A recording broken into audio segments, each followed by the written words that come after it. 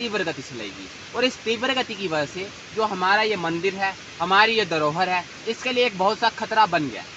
खतरा इस बात का है कि अगर ये नाला इस तरफ को जैसे अभी परली तरफ से बह रहा है, पर वो मिट्टी जब अपरदित मिट्टी आएगी वो परली तरफ से ब्लॉक करके इसको इस तरफ भी ला सकती है। कोई बड़ी बात नहीं वो, और वो कच्ची मिट्टी वो बहुत ही तीव्र गति से अपरदित होती है। मैंने आपको पीछे एक चीज़ दिखाई होगी, जैसे मिट्टी के ढेर लग चुके हैं। एक खेत, तो हमारे खेत जो है वो एक नाले के साथ सटे हुए हैं, और वहाँ पे आज जो है काफ़ी बारिश हो रही है, और मैं वही देखने जा रहा हूँ कि क्या क्या हालात हैं। क्योंकि हम वहाँ एक मेन प्रॉब्लम रही है कि जो हमारे खेत हैं वहाँ पे जो नाला का पानी है वो काफ़ी हाई लेवल पर पहुँच चुका है, और इससे कि जो वो पानी हमारे खेतों में घुस सकता है, और इससे हमारी फसल जो है वो फसल को नुकसान भी हो सकता है। तो उसके पीछे मुझे एक चिंता का विषय ये रहा है कि जो हमारे जो यहाँ पे सड़क का काम चला हुआ था, वहाँ के जो ठेकेदार हैं उन्होंने क्या किया कि जो अपनी जो कटाई थी, सड़क की कटाई, वो हमारे सीधे नालों में फेंकते गए।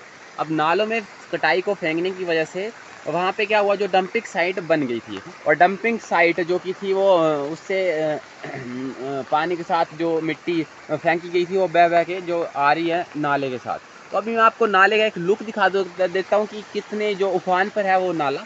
तो आप जुड़े रहिए मेरे साथ। तो दोस्तों जो आप ये देख रहे हैं ये है हमारे जो खेत, और यहाँ पे जो घने पेड़ दिखाई दे रहे हैं, यहाँ पे सीधे हमारा एक नाला बहता है।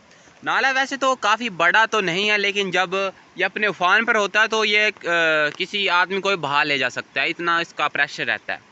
तो ये मेन रीज़न है। नाला जो है वो चढ़ता तो रहता है, लेकिन बट इसके पीछे मेन एक रीज़न है कि जो डंपिंग साइट बनी है उसकी वजह से भी, जो डंपिंग साइट बनाने की वजह से भी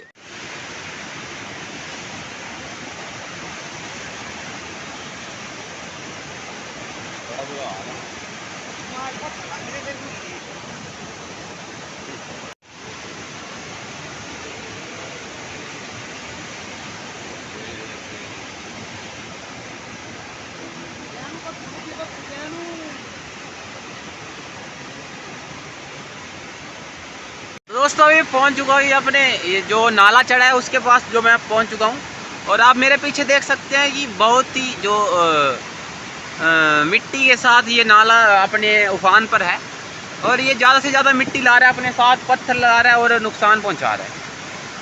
तो देखते हैं अब क्या बनता है। अगर इसी तरह से एक बार फिर से बारिश होती रही तो ये जो हमारे खेत है वो पूरी तरह से तबाह हो जाएंगे, और इसका जो श्रेय है ये किसे मिलना चाहिए, ये मैं वही सोच रहा हूँ कि कौन इसके लिए जिम्मेदार। अब बारिश तो स्वाभाविक है, बारिश तो होती ही रहेगी, बट जो दोस्तों आप जो देख रहे हैं ये जो नीचे बहुत सी मिट्टी आ गई है, तो ये इसी नाले की वजह से आई हुई है। मैं आपको एक बार फिर से दिखा देता हूँ इसकी जो मेन मिट्टी है।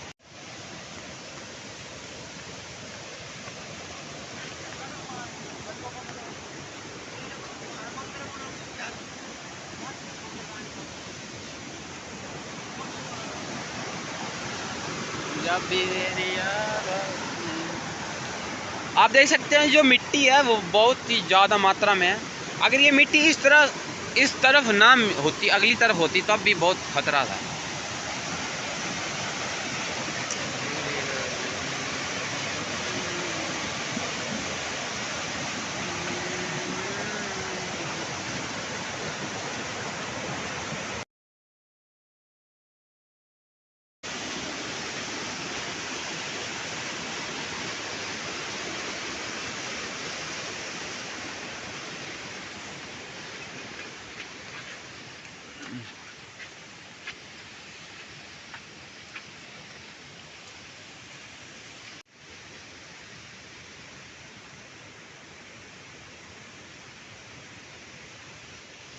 तो दोस्तों अभी मेरे गांव में एक मंदिर भी है।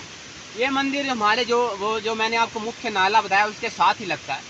तो जो नदियाँ होती है जब वो अपने मुहानों से निकलती है तो वो दो क्रियाएं करती हैं। एक क्रिया को हम बोलते हैं अपक्षय, और एक क्रिया को बोलते हैं हम अपर्दन। अपक्षय आप वो क्रिया समझ लो जिसमें नदियाँ पहाड़ों को कुतरती रहती है, काटती रहती है, और काट काट के वो अपक्षय करती रहती है। मतलब किसी की जो खार लगती है ना, मतलब उस तरह से वो आप उसको भी बोल सकते हैं। तो वो जो नदियाँ होती है वो किसी चीज़ का अपक्षय भी कर देती है। तो अपक्षय करने की वजह से जो मिट्टी एकत्रित हुई है वो अपरदित होती रहती है। तो दो मुख्य बातें होगी, एक होगी अपक्षय और एक अपर्दन। अपक्षय मतलब मिट्टियों को कुतरना, और अपर्दन मतलब उसको अपने साथ बहा ले जाना। तो अभी मैंने आपको बताया कि नाला जो है वो अपने मुख्य मतलब जो है वो हाई लेवल पर है। तो हाई लेवल होने की वजह से अपक्षय अपर्दन तो होगा ही, स्वाभाविक सी बात है। बट जो हमने वो डंपिंग साइड में जो कच्ची मिट्टी फेंकी है, उसकी वजह से जो वो कच्ची मिट्टी है उसका जो अपक्षय या उसकी जो खार लगेगी वो बहुत ही तीव्र गति से लगेगी, और इस तीव्र गति की वजह से जो हमारा ये मंदिर है, हमारी ये धरोहर है, इसके लिए एक बहुत सा खतरा बन गया। खतरा इस बात का है कि अगर ये नाला इस तरफ को जैसे अभी परली तरफ से बह रहा है, और वो मिट्टी जब अपर्दित मिट्टी आएगी वो परली तरफ से ब्लॉक करके इसको इस तरफ भी ला सकती है, कोई बड़ी बात नहीं वो। और वो कच्ची मिट्टी वो बहुत ही तीव्र गति से अपर्दित होती है। मैंने आपको पीछे एक चीज़ दिखाई होगी, जैसे मिट्टी के ढेर लग चुके हैं, तो वो किसकी वजह से है? वो उस डंपिंग साइट की वजह से। वो डंपिंग साइट की वजह से जो कच्ची मिट्टी फेंकी है वो सारी अपर्दित होकर हमारे गांव में घुस सकती है, हमारे खेत तबाह हो सकती है। और जो मैंने आपको वो खेत बताया वो हमारे मुख्य खेत है। मुख्य खेत और गौण खेत में आपको अंतर बता दूँ। मुख्य खेत जहाँ फसल अच्छी होती है, और गौण खेत जहाँ पे फसल तो होती है बट नाम की होती है। तो जो मुख्य खेत है उसको भी हानि हो सकती है। चलो खेत जो है वो माइनस ही चीज़ है, बट मेजर चीज़ हमारे लिए एक मंदिर है, और इस मंदिर हमारी धरोहर हमारी संस्कृति को बचाने के लिए अब जो हमारे ये मंदिर के लिए काफ़ी नुकसान दे रही है डंपिंग साइट। और मैंने आपको बता दूं, मैं ये वीडियो ऐसे ही उठ मर्जी से नहीं बना रहा हूँ। इससे पहले भी हमने अखबार में दे चुके हैं कि ये डंपिंग साइट से खतरा है, हम इसका विरोध भी कर चुके हैं, बट कुछ सुनाई नहीं हो पाई है। चलो कोई बात नहीं, अब नहीं की तो कोई बात नहीं, बट इसके लिए हम जो ये डंपिंग साइट है इसकी वजह से हमें बहुत खतरा हो सकता है। खतरा बोले तो हमारे मंदिरों के लिए और हमारी फसलों के लिए। मैं आपको बता दूं ये जो मंदिर है वो तीनों साइड से डंपिंग साइड जो नाली है उससे घिरा हुआ है। अब नालियाँ जो बरसात में अपने पूरे तूफान पर रहती है, उफान पर रहती है, और उफान की वजह से जो कच्ची मिट्टी है वो अपर्दित होते होते होते यहाँ पे जो फैलाव भी हो सकता है, और हमारे जो परिसर है मंदिर का उसको भी तबाह कर सकती है। तो ऐसी डंपिंग साइट नहीं बनानी चाहिए। मेरा तो यही मत है कि जो मंदिर है या जहाँ के लोग विरोध करें वहाँ में नहीं बनानी चाहिए। अब बना दी है तो क्या कर सकते हैं, लेकिन नहीं बनानी चाहिए। तो मैं आपको मंदिर का परिसर ही बता देता हूँ और इस मंदिर के बारे में बता देता हूँ। ये सुई माता जी का मंदिर है। सुई मेला हर वर्ष चैत्र माह में मनाया जाता है।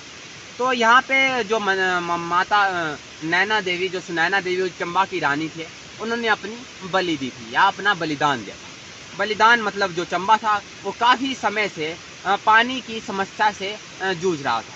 पानी की समस्या थी, हमारे जो फ्रेश वाटर जो हमारे पीने योग्य पानी है उसकी समस्या से बहुत जूझ रहा था। वैसे तो रावी नदी के तट पर बसा है चंबा शहर, बट जो पुराना समय था उसमें जो संसाधनों की कमी होने की वजह से पानी वो था वो नहीं पहुंच पाता था चंबा के लोगों के लिए।